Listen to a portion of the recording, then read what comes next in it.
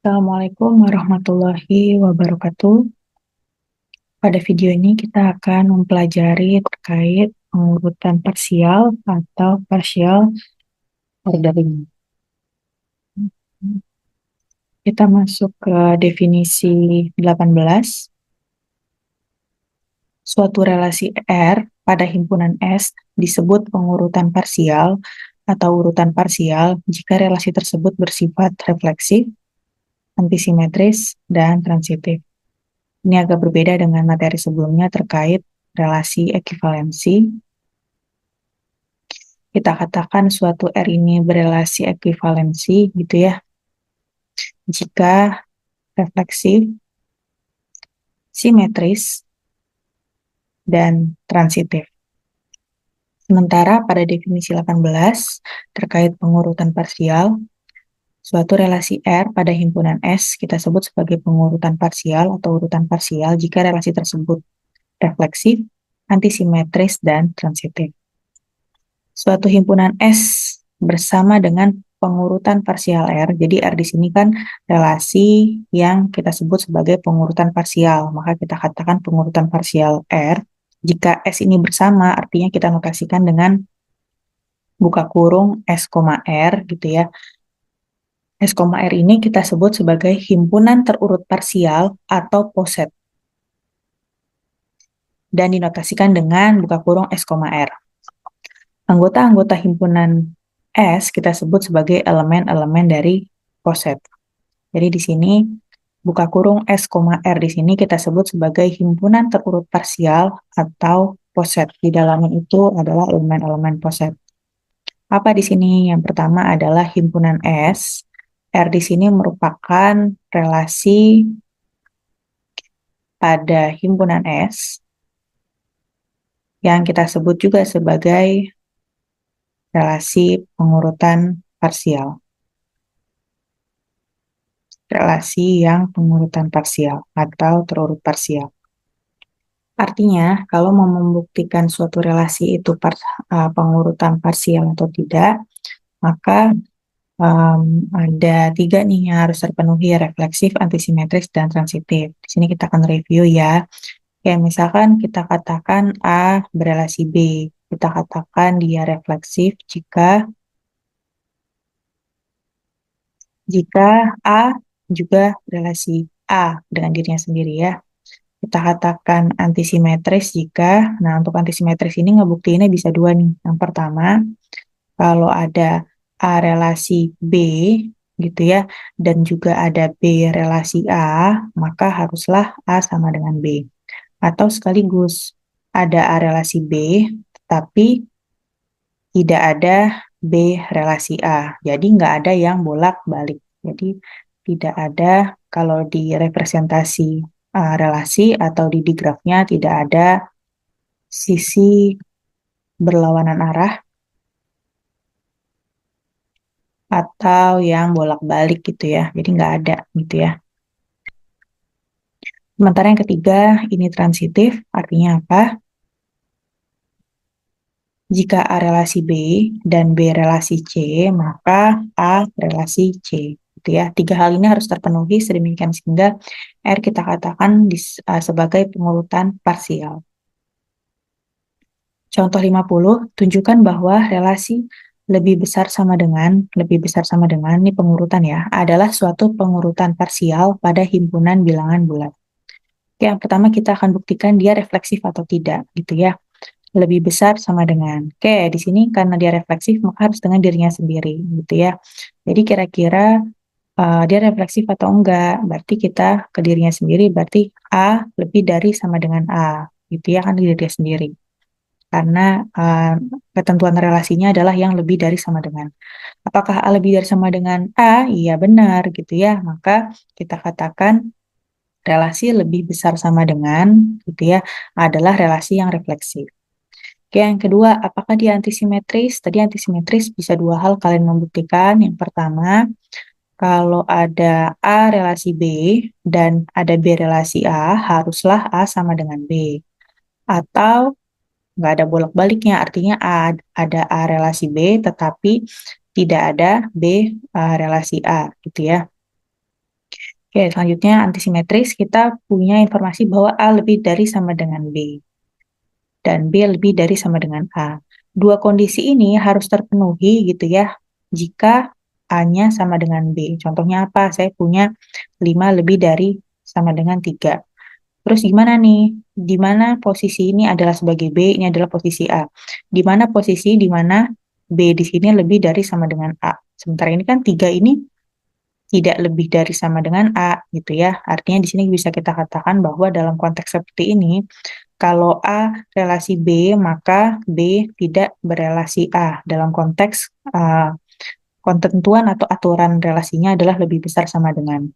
Namun, jika A relasi B dan B relasi A, maka haruslah A sama dengan B. Berarti di sini bukan 5 lebih dari sama dengan 3, harusnya dengan bilangan yang sama, yaitu di sini 5 lebih dari sama dengan 5, ini sebagai A, ini sebagai B, gitu ya.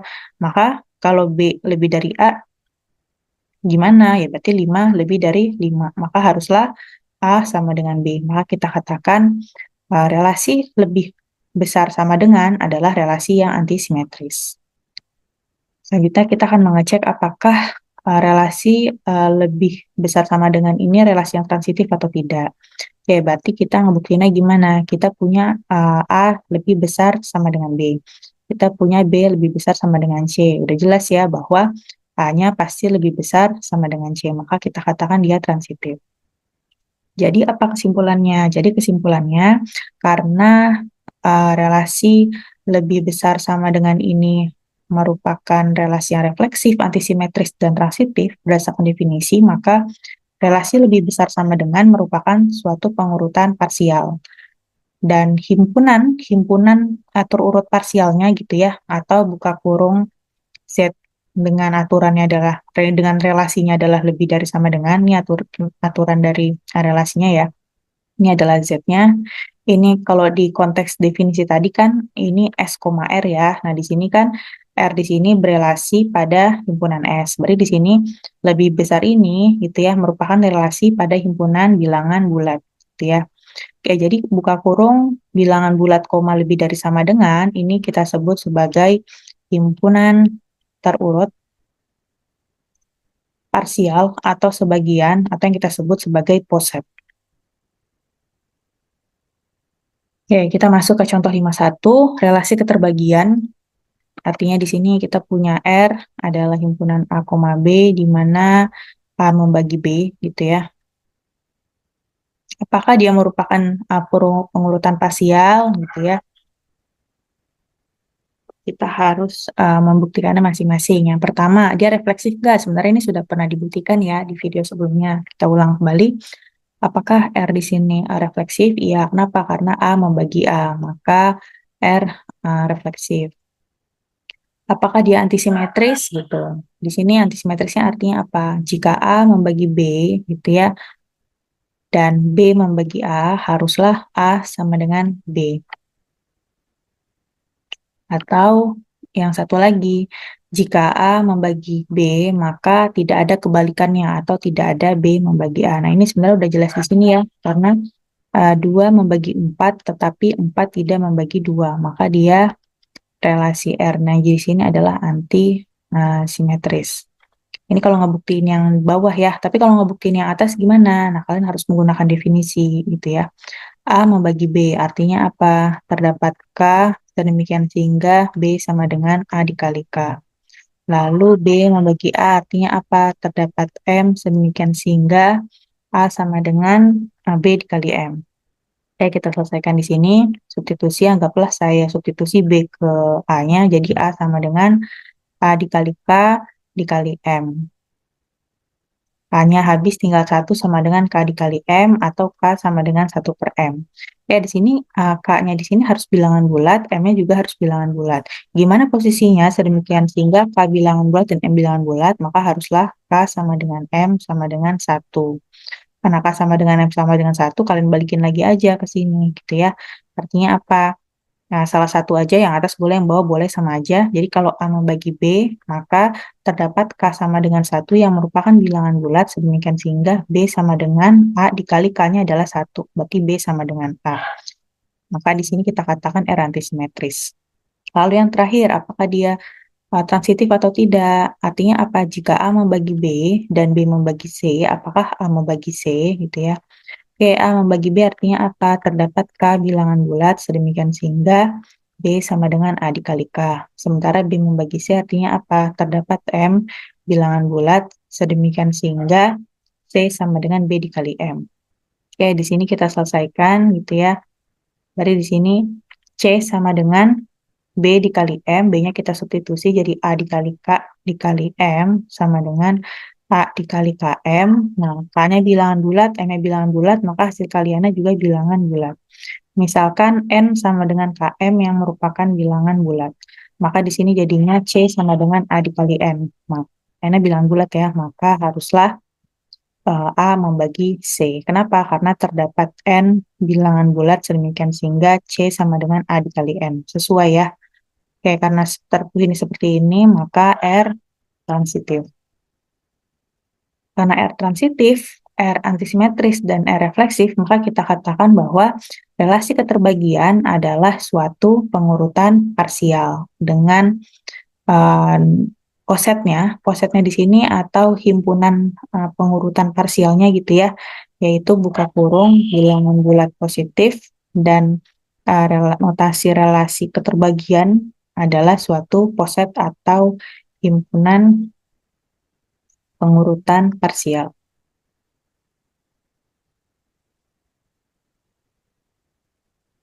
Oke, kita masuk ke contoh 52. Tunjukkan bahwa relasi inklusi himpunan bagian gitu ya. Subset adalah suatu pengurutan parsial pada himpunan kuasa dari suatu himpunan S. Kayak di sini ada sama dengannya gitu ya. Bukan cuma gini ya, tapi ada sama dengannya. Karena A adalah himpunan bagian dari A, karena isinya ada sama dengannya ya, maka kita katakan bahwa relasi himpunan bagian adalah relasi yang refleksif. Yang kedua, jika A himpunan bagian dari B dan B himpunan bagian dari A gitu ya, maka haruslah A-nya sama dengan B gitu. Jadi di sini kita punya B-nya lebih besar gitu ya. Nah, A-nya di dalam gitu ya. Jadi ini B, ini A. Jadi kita katakan A himpunan bagian dari B. Lalu di sini B himpunan bagian dari A. Gimana nih ceritanya gitu ya. Nah, maka haruslah A di sini sama dengan B. Artinya A himpunan bagian dari B dan B himpunan bagian dari A. Maka haruslah A sama dengan B. Maka relasi himpunan bagian di sini subset merupakan relasi antisimetris. Lanjut untuk membuktikan dia relasi transitif atau tidak, misalkan A himpunan bagian dari B, B himpunan bagian dari C, jadi saya punya A yang gede, saya punya B yang besar gitu ya. Lalu di dalamnya ada A kecil. Jadi A adalah himpunan bagian dari B dan B adalah himpunan bagian dari C. Maka bisa kita simpulkan bahwa ya A adalah himpunan bagian dari C. Tuh.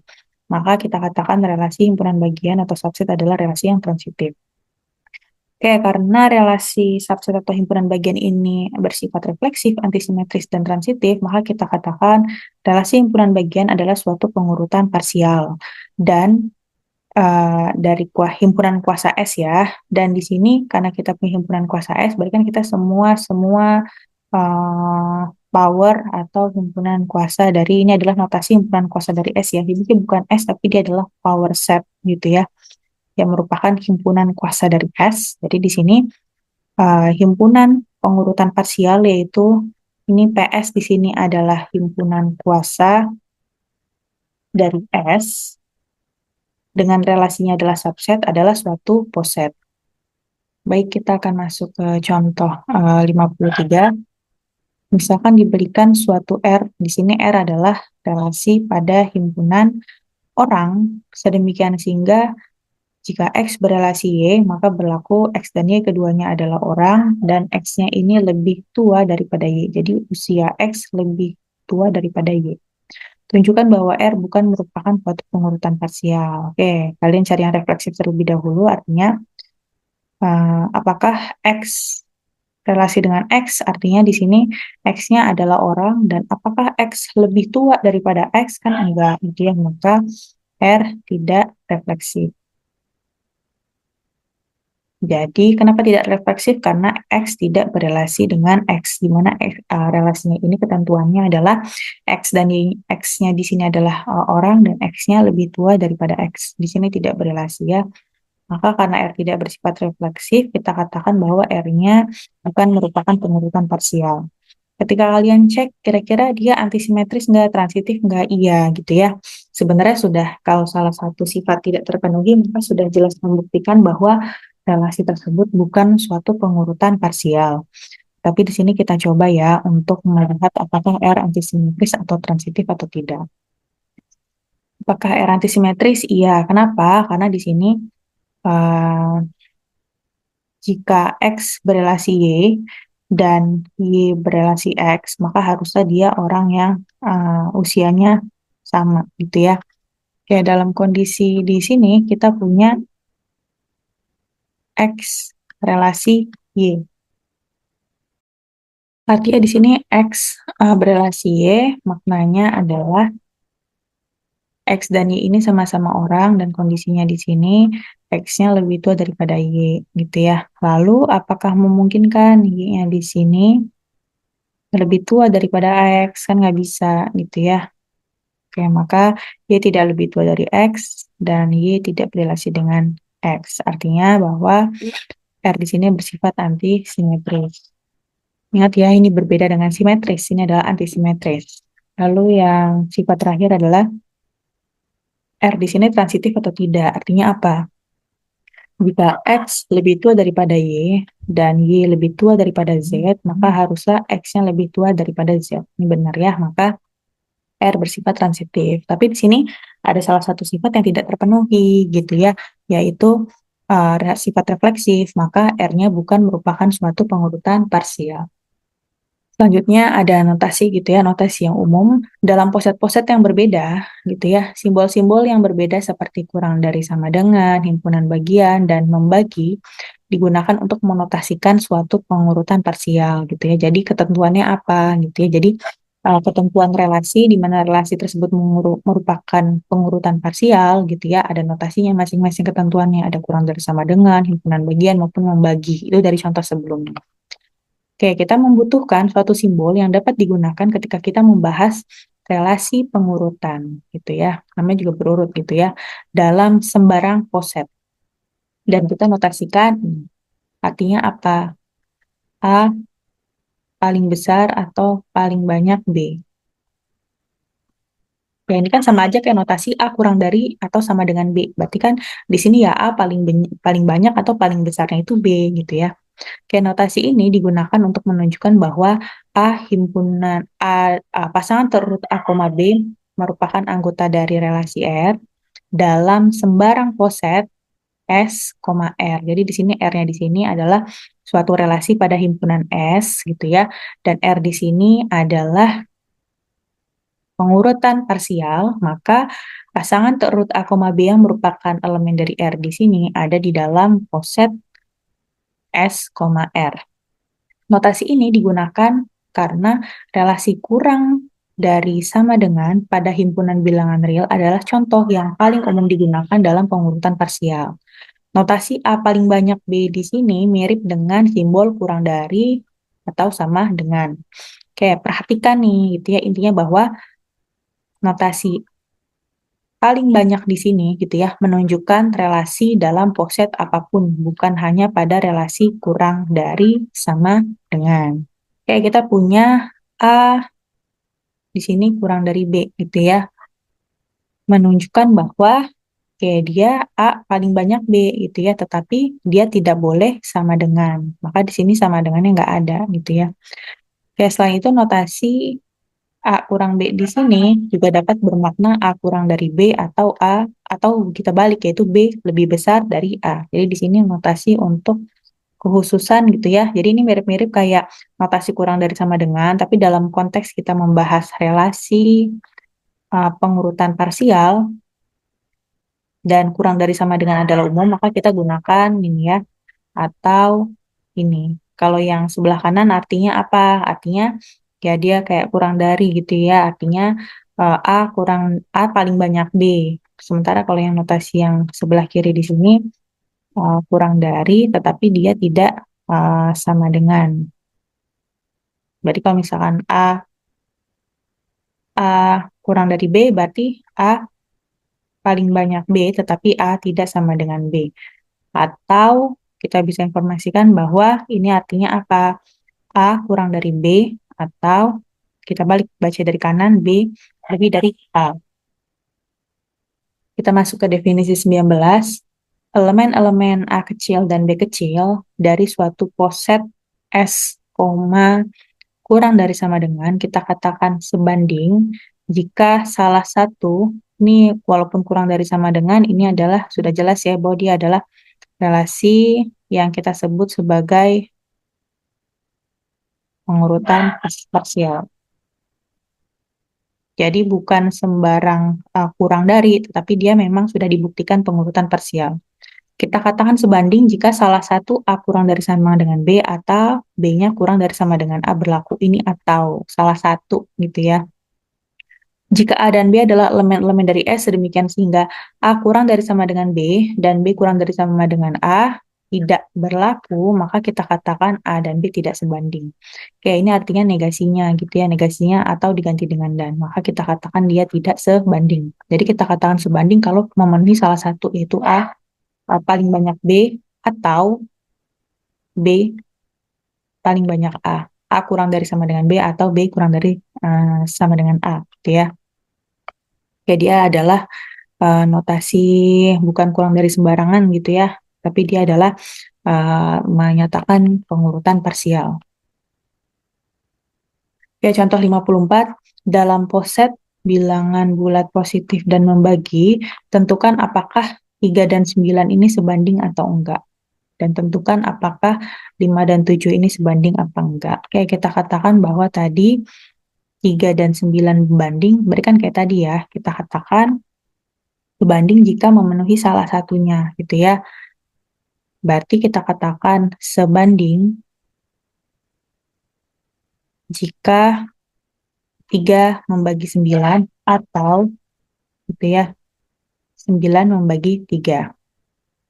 Apakah tadi notasinya kurang dari sama dengan? Ingat, kurang dari sama dengan ini adalah bentuk umum yang menotasikan dia adalah relasi yang kita sebut sebagai pengurutan parsial. Apakah dia selalu kurang dari sama dengan? Enggak, tergantung dari ketentuan relasi. Ketentuan relasi. Tapi di sini ketentuan relasinya harus khusus, yaitu relasi yang merupakan pengurutan parsial. Jadi dia bukan relasi doang, tapi dia harus relasi yang merupakan pengurutan parsial. Di sini contoh yang pengurutan parsial adalah notasi membagi gitu ya.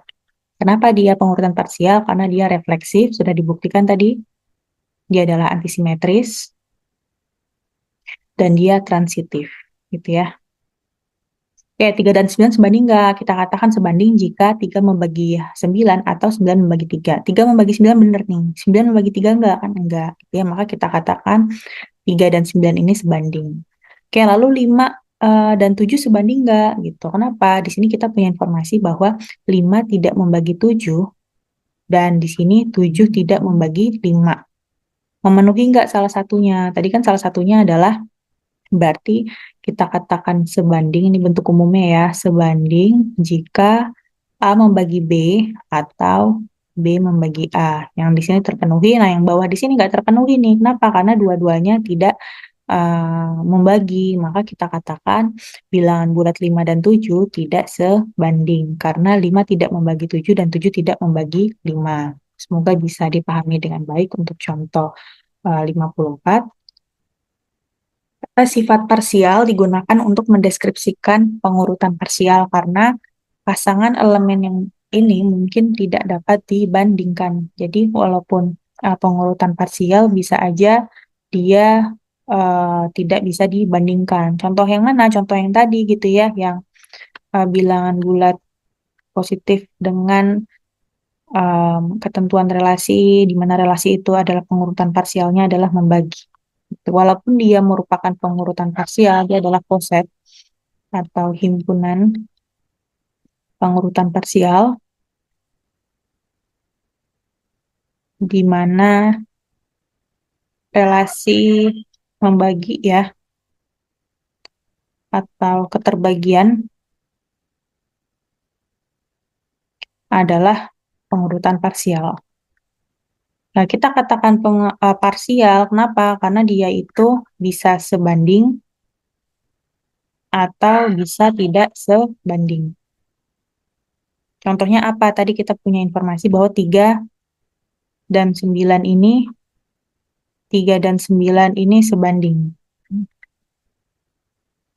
Karena 3 membagi 4, 3 membagi 9. Ini sudah memenuhi sifat sebanding. Sifat sebanding tadi apa? Kalau untuk keterbagian, kalau A membagi B atau B membagi A. Ini sudah terpenuhi yang pertama ya, maka karena atau salah satunya maka kita katakan sebanding. Nah, tapi 5 dan 7 tidak sebanding. Ini kan untuk bilangan bulat ya, di mana di sini 5 tidak membagi 7 dan 7 tidak membagi 5. Ketika setiap dua elemen pada himpunan sebanding, relasinya kita sebut sebagai pengurutan total. Jadi kalau misalnya elemen tersebut sebanding semua, kita sebut sebagai pengurutan total. Kita masuk ke definisi 20. Jika S, kurang dari sama dengan adalah suatu poset, dan setiap dua elemen dalam S ini sebanding, maka S kita katakan sebagai himpunan terurut total atau himpunan terurut linier, dan kurang dari sama dengan kita sebut sebagai urutan total atau urutan linier. Suatu himpunan terurut linier disebut juga sebagai rantai. Jadi kalau sebelumnya himpunan terurut parsial kita sebut sebagai poset, nah sekarang himpunan terurut total atau himpunan terurut linier kita sebut sebagai rantai. Kenapa? Karena dia harus sebanding semua gitu ya, tidak ada yang sebagian, artinya ada yang sebanding, ada juga yang tidak sebanding. Oke, kita masuk ke contoh 55 dan contoh 56. Oke, kita punya poset bilangan bulat dengan relasi posetnya adalah kurang dari sama dengan. Oke, kita katakan dia terurut linier. Kenapa? Gitu ya. Karena di sini kita punya informasi bahwa untuk A, B bilangan bulat, maka terpenuhi A kurang dari sama dengan B atau B kurang dari sama dengan A. Jadi untuk setiap A, B merupakan himpunan bilangan bulat, maka berlaku A kurang dari sama dengan B ya, atau B kurang dari sama dengan A. Salah satu terpenuhi, maka kita katakan dia sebagai sebanding. Karena dia berlaku untuk semua A, B bilangan bulat, maka kita katakan bahwa relasi kurang dari sama dengan ini bukan terurut parsial, tetapi dia sudah terurut total atau terurut linier. Jadi di sini kenapa poset bilangan bulat koma kurang dari adalah terurut linier atau terurut total? Karena A kurang dari sama dengan B atau B kurang dari sama dengan A untuk semua atau untuk setiap bilangan bulat A, B. Jadi untuk semua yang ada di S di sini. S di sini adalah bilangan bulat ya.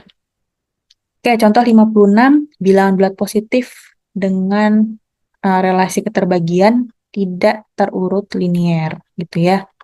Karena dia kalau tidak terurut linier ini kita sebut sebagai terurut parsial.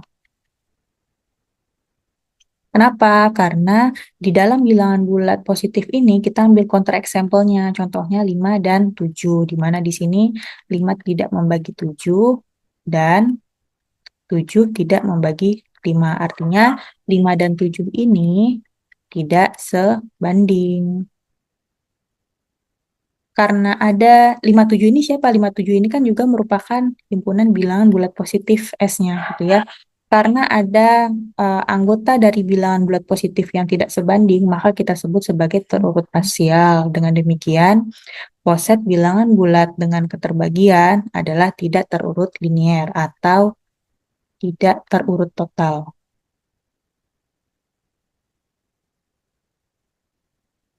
Oke, kita masuk ke definisi 21.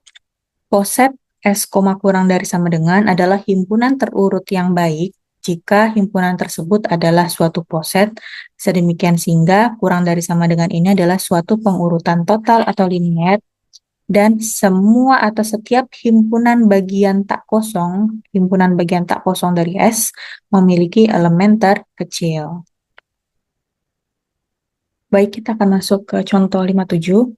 Himpunan pasangan terurut dari bilangan bulat positif, namanya juga pasangan terurut ya, berarti ada dua himpunan gitu ya, bilangan bulat positif cross bilangan positif, dengan di sini ketentuan relasinya ini adalah relasi yang merupakan pengurutan parsial,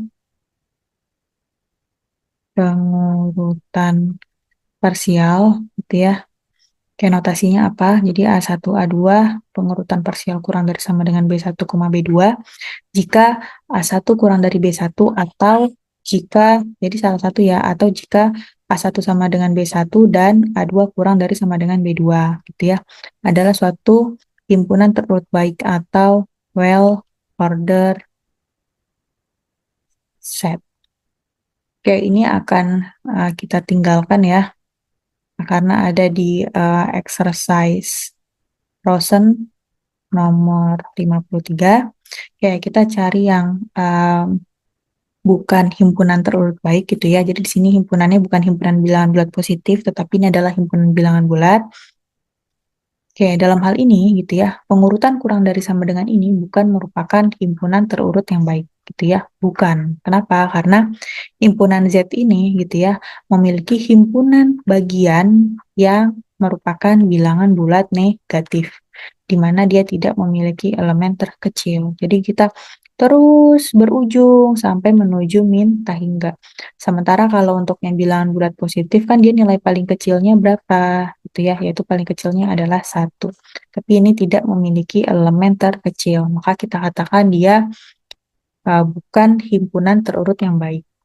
Jadi di sini setiap himpunan bagian tak kosongnya memiliki elemen terkecil. Kalau misalkan kita punya S-nya di sini adalah bilangan bulat, di mana range-nya itu min tak hingga sampai menuju tak hingga gitu ya.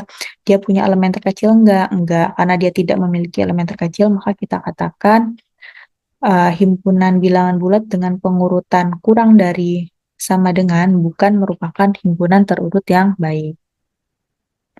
Oke, kita masuk ke teorema 7, yaitu prinsip induksi terurut yang baik atau well-ordered induction principle, gitu ya. Misalkan S adalah suatu himpunan terurut yang baik, maka PX bernilai benar untuk seluruh X anggota dari S. Jika apa? Ada langkah induktifnya. Untuk setiap Y anggota dari S, jika PX bernilai benar untuk seluruh X, untuk semua X bilangan atau anggota S, dengan X-nya adalah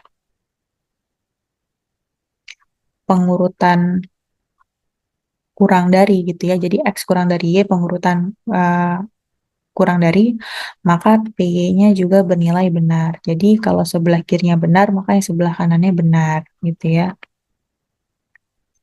Ya, urutan leksikograf gitu ya, untuk pengurutan kurang dari sama dengan pada A1 cross A2 didefinisikan dengan memastikan bahwa pasangannya kurang dari pasangan yang lain gitu. Artinya jika elemen pertama dari pasangan pertama kurang dari elemen pertama dari pasangan kedua, atau jika elemen pertama dari kedua pasangannya sama, tetapi elemen kedua dari pasangan pertamanya kurang dari elemen kedua dari pasangan kedua. Dengan kata lain seperti ini gitu ya. Himpunan terurut A1, A2 di sini kurang dari B1, B2, yaitu kita notasikan seperti ini. Jika apa? Jika A1-nya kurang dari B1, atau jadi memenuhi salah satu, A1-nya sama dengan B1, ini elemen pertama ya dari kedua pasangan terurut, dan A2-nya kurang dari B2 gitu ya. Ini kita sebut sebagai urutan leksikograf. Tapi ini kalau yang kurang dari gitu ya. Oke, kalau yang tadi kurang dari sama dengan seperti ini. Jadi kita punya A1, A2, pengurutan kurang dari sama dengan B1, B2. Jika apa? Jika A1-nya kurang dari B1 atau A1-nya sama dengan B1 dan A2-nya kurang dari sama dengan B2. Berarti kalau tadi A1, A2 pengurutan kurang dari B1, B2 jika A1-nya kurang dari B1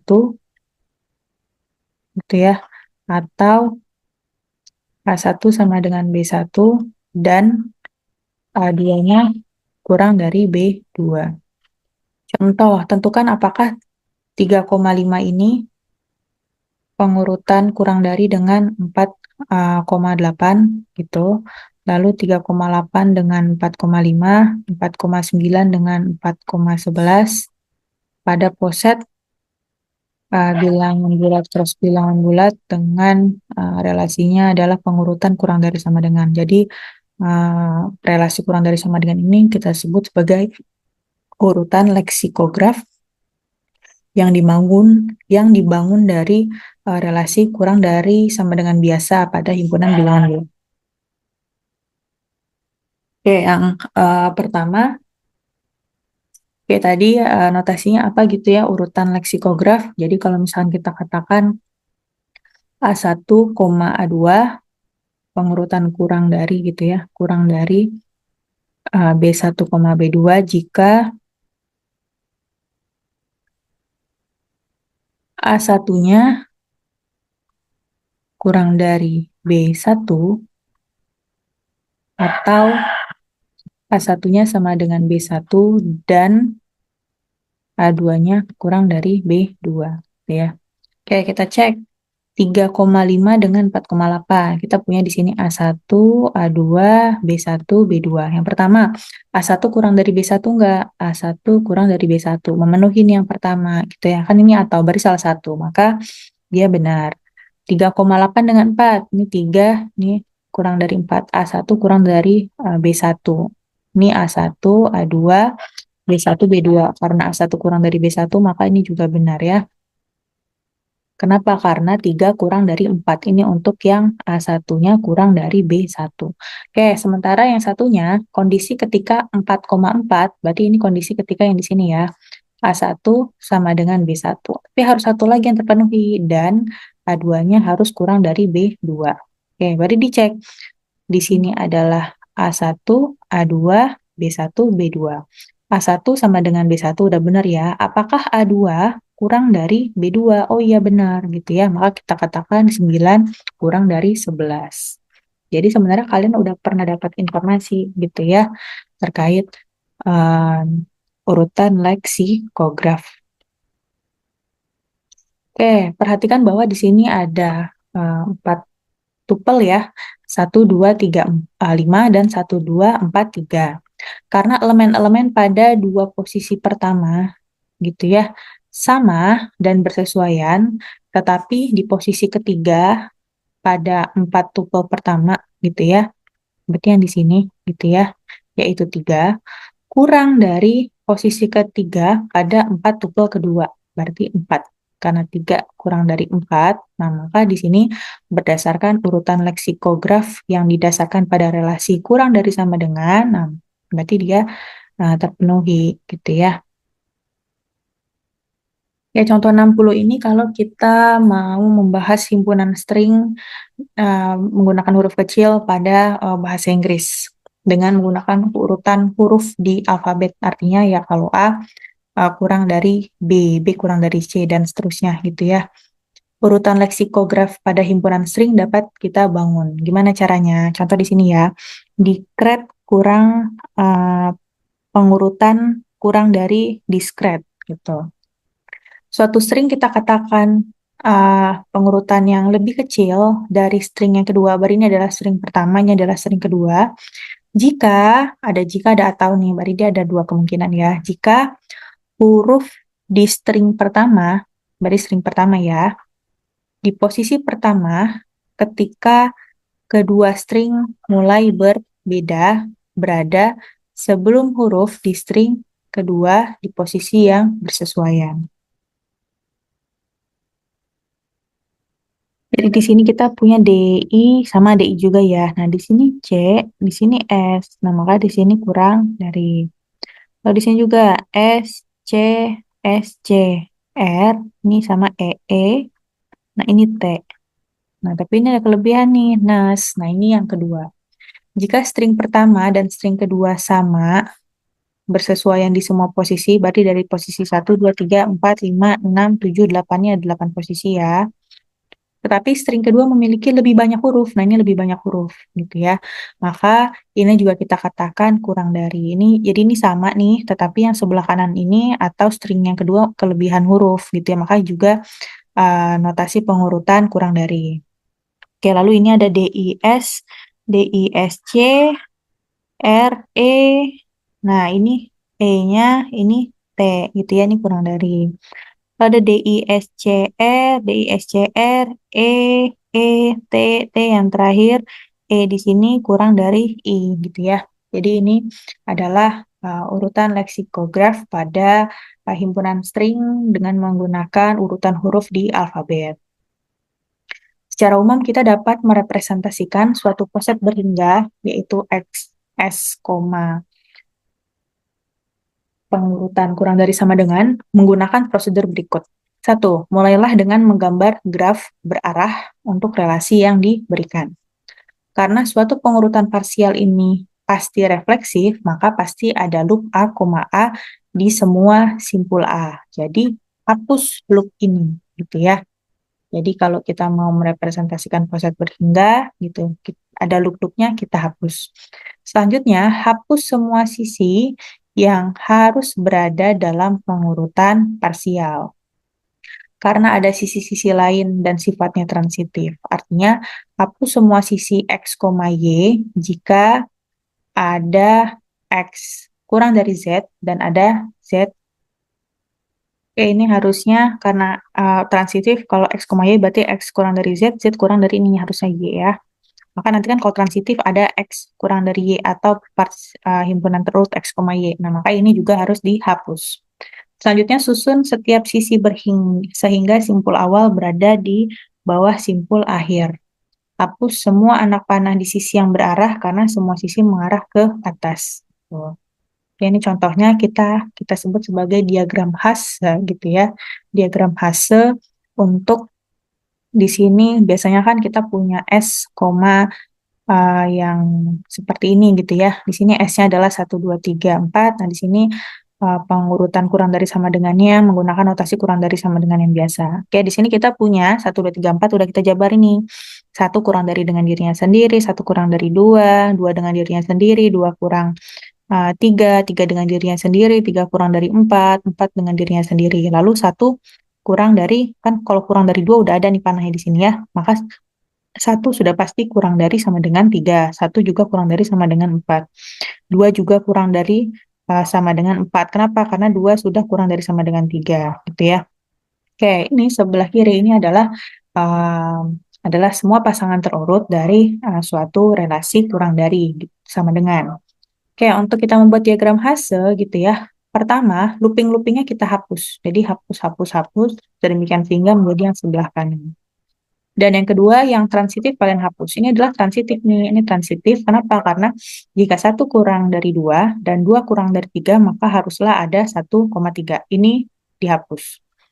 Lalu, jika 2 kurang dari 3 dan 3 kurang dari 4, maka ada 2,4. Ini juga dihapus gitu ya.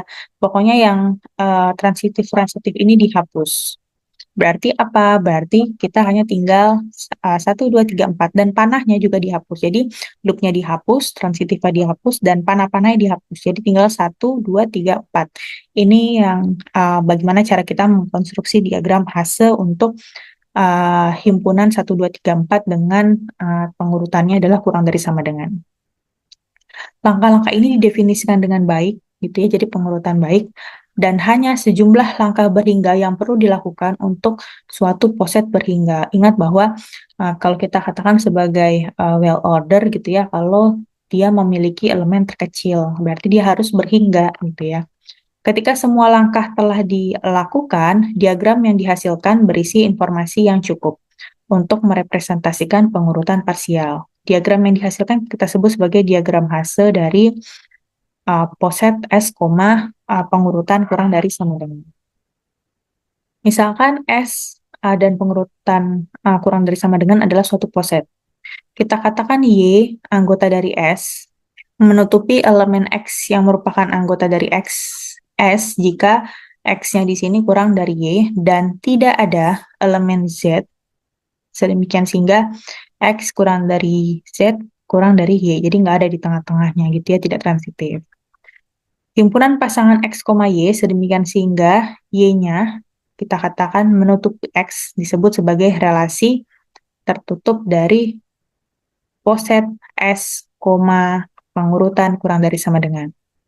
Dari uraian diagram Hasse dari sebuah poset dapat diamati bahwa sisi-sisi pada diagram Hasse dari poset S, pengurutan kurang dari sama dengan adalah sisi-sisi yang mengarah ke atas dan bersesuaian dengan pasangan dalam relasi penutup poset tersebut. Selanjutnya kita dapat memulihkan atau merecover poset dari relasi penutupnya karena poset merupakan tutupan transitif refleksif dari relasi penutupnya, gitu ya.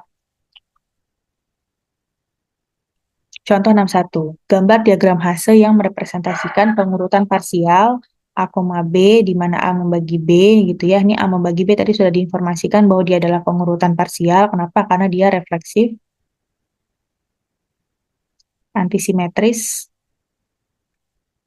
dan dia juga transitif pada himpunan 1, 2, 3, 4, 6, 8, 12. Kayak gimana caranya? Ini adalah semua kemungkinan ya, semua kemungkinan dari pengurutan parsial ini gitu ya.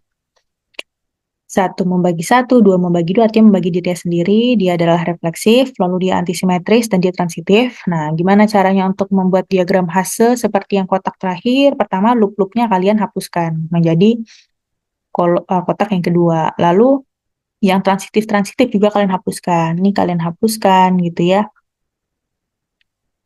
Yang ibaratnya melompat gitu ya. Ini juga kalian hapus. Ini nih 16. 16 itu bisa dari 13 dan 36. Maka ini 16-nya dihapus. Lalu 112 juga dihapus. Kalau 26 di sini ada transitifnya nggak? Oh, nggak ada ya. Oke, 26, 6, 12 ini juga dihapus karena dia transitif ya. Jadi 212 nggak boleh ada. Lalu 14 bisa dapat dari 24 transitif juga nggak boleh ada. Dan 18 juga nggak boleh ada. Jadi sisanya apa? Sisanya ingat kalau langkah selanjutnya panahnya juga dihapus ya. Selanjutnya adalah 1 kedua, lalu 1 ketiga, untuk 2 keempat, dan 2 keenam. Untuk 3 hanya 36. Untuk 4 ada 48 dan 412. Untuk 6 hanya ke 12. Oke, jadi ini adalah yang kita sebut sebagai diagram Hasse ya. Diagram Hasse yang merepresentasikan pengurutan parsial dari A pasangan terurut A, B, di mana A membagi B pada himpunan S-nya gitu ya. Pada himpunan S-nya adalah 1, 2, 3, 4, 6, 8, dan 12. Oke, di sini kita bisa tuliskan gitu ya, karena dia pengurutan parsial, maka dia himpunan posetnya adalah anggaplah ini himpunan S gitu ya, maka dia S, membagi posetnya gitu ya. Jadi diagram hasilnya seperti yang kolom kotak paling kanan. Elemen poset yang memiliki sifat ekstrem tertentu penting untuk banyak aplikasi. Suatu elemen poset kita sebut maksimal jika elemen tersebut tidak kurang dari elemen poset manapun. Artinya A kita katakan maksimal dalam poset S, kurang dari sama dengan jika tidak ada B sedemikian sehingga A-nya kurang dari B. Kenapa? Kalau A kurang dari B kan berarti ada lagi yang lebih besar dari B gitu ya. Nah, maka tidak boleh nih supaya A-nya kita katakan maksimal. Kenapa? Karena kalau A kurang dari B di sini, kalau A kurang dari sama dengan B di sini kan A paling banyak B. Berarti ya mereka bisa sama gitu ya. Tapi kalau A kurang dari B di sini, berarti kan yang maksimal itu yang B. Sementara di sini A-nya maunya maksimal, maka tidak boleh ada A kurang dari B. Demikian pula elemen minimal gitu ya dalam satu poset jika elemen tersebut tidak lebih besar dari semua elemen poset. Jadi kita katakan A dikatakan minimal jika tidak ada B sedemikian sehingga B kurang dari A. Elemen maksimal dan minimal mudah dikenali dengan menggunakan diagram Hasse. Elemen ini adalah elemen atas yang kita sebut sebagai maksimal, sementara elemen bawah yang kita sebut sebagai elemen minimal. Oke, contoh, tentukan elemen maksimal dan elemen minimal dari poset 2, 4, 5, 10, 12, 20, 25 pada pengurutan membagi. Tuh. Oke, perhatikan diagram ada di sebelah kanan nih, gitu ya. Oke, di sini maksimalnya di mana? Maksimalnya di situ ada 12, ada yang paling ujung, paling atas, 20, dan ada 25. Jadi dia adalah titik atau simpul paling akhir. Sementara minimalnya, yang paling bawah, nggak ada lagi yang ke bawah gitu ya. Minimalnya adalah 2, dan minimalnya adalah 5. Jadi dia bukan elemen minimal, tetapi kalau di diagram Hasse itu adalah yang titiknya paling bawah. Sementara titik paling bawah artinya dia tidak punya garis sebelumnya. Nah, sementara kalau maksimal kita katakan yang titik paling atas dan dia tidak memiliki lanjutannya gitu ya. Nggak ada nih. Perhatikan bahwa suatu poset mungkin memiliki lebih dari satu elemen maksimal maupun elemen minimal. Jadi di sini bukan nilai terkecil atau nilai terbesar gitu ya. Kayak contoh 63, misalkan S adalah suatu himpunan, tentukan apakah terdapat elemen maksimal dan elemen minimal pada poset ini adalah himpunan kuasa ya, himpunan kuasa dari S dengan relasi pengurutan parsialnya adalah subset. Elemen terkecil adalah himpunan kosong, gitu. Sementara elemen terbesarnya adalah himpunan yang paling besar, yaitu si S itu sendiri. Jadi kita katakan kenapa? Karena himpunan kosong merupakan subset dari si T. Jadi T di sini kita anggap merupakan himpunan bagian dalam S, gitu ya. Dan S di sini yang lebih besar, gitu ya, elemen terbesarnya, karena himpunan bagian dalam S. Jadi di sini, jadi T di sini adalah himpunan bagian, di mana itu dia merupakan subset dari 0, dan dia juga merupakan dari S. Maka di sini, yang 0 di sini adalah himpunan kosongnya adalah elemen terkecil, di mana S-nya di sini adalah elemen terbesar.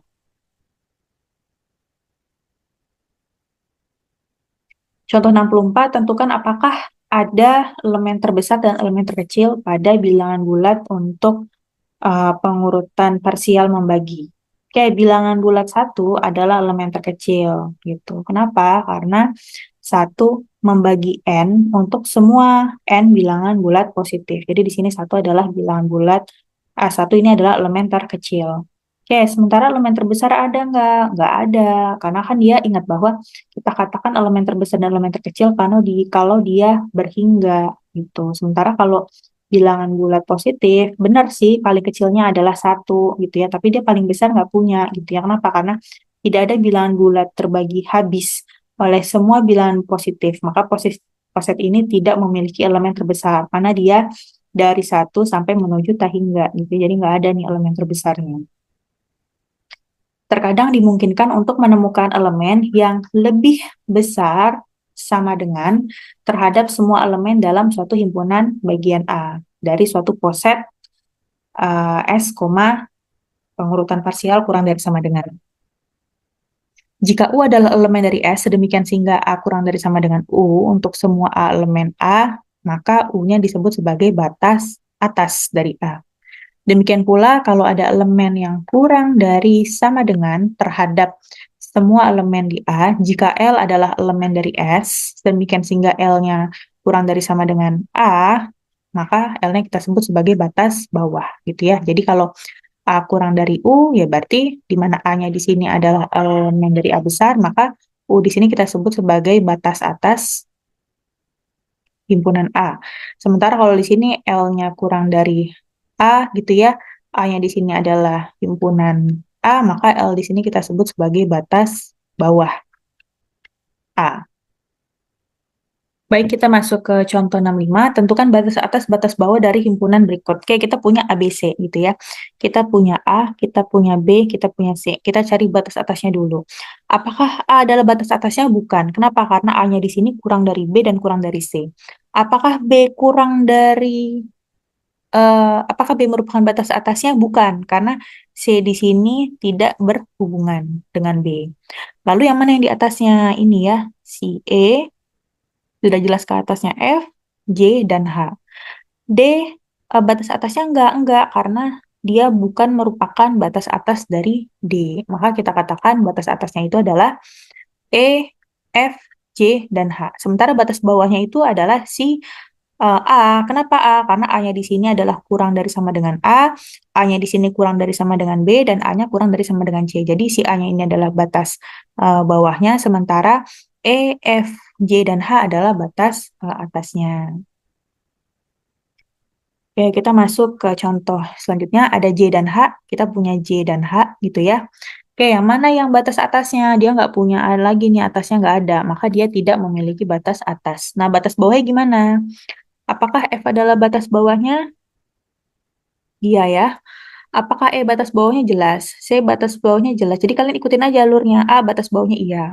E, B batas bawahnya iya. F ke D iya. Apakah G batas atasnya? Bukan. Jadi batas atas, batas bawah ya. Jadi batas bawahnya adalah F, E, D, C, B, dan A. Gitu ya. Dia adalah batas bawah dari himpunan J dan H.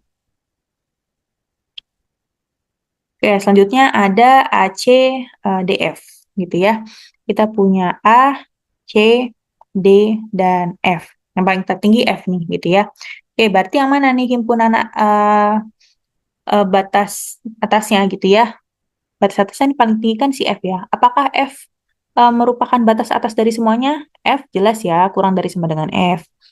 F lebih dari sama dengan F, karena batas atas ya. F lebih besar daripada D. Lalu F di sini juga lebih besar dari C.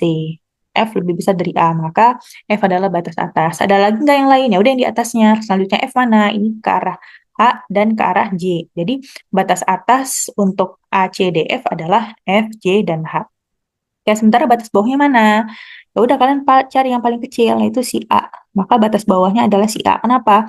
Karena A-nya di sini adalah kurang dari sama dengan A, A-nya kurang dari sama dengan C, A-nya kurang dari sama dengan D, dan A-nya kurang dari sama dengan F.